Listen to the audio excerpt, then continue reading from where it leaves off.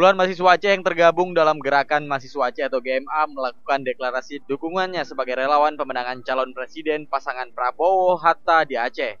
Puluhan mahasiswa yang mengklaim dirinya sebagai perwakilan seluruh mahasiswa di Aceh ini menilai mampu menyelesaikan berbagai persoalan di Indonesia dan khususnya di Aceh. Deklarasi dukungan puluhan mahasiswa Aceh ini digelar Kamis siang di posko tim pemenangan partai koalisi di kawasan Lamprit, Banda Aceh. Dalam deklarasi ini, mahasiswa juga diberikan mandat tim sukses calon presiden nomor urut 1 oleh Ketua Umum Partai Gerindra Aceh, T.A. Khalid. Setelah membacakan naskah deklarasi dukungan, Ketua Gerakan Mahasiswa Aceh Rahmat dalam sambutannya mengklaim pasangan calon presiden Prabowo Hatta akan mendapat 90% suara dari rakyat Aceh pada Pilpres mendatang. Yang tergabung dalam Gerakan Mahasiswa Aceh dengan presiden dan wakil presiden